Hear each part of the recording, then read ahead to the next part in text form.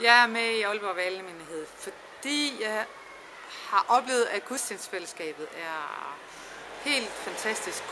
Gudstyrkelse med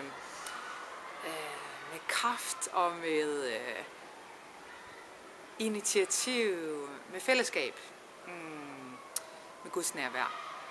Jeg har ikke mødt noget, der var bedre, så jeg hænger fast der nu.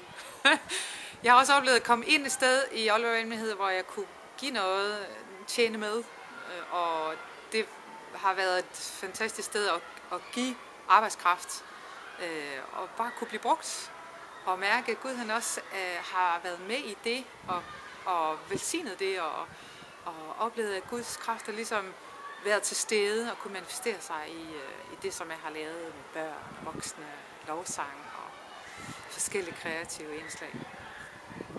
Så det er dejligt.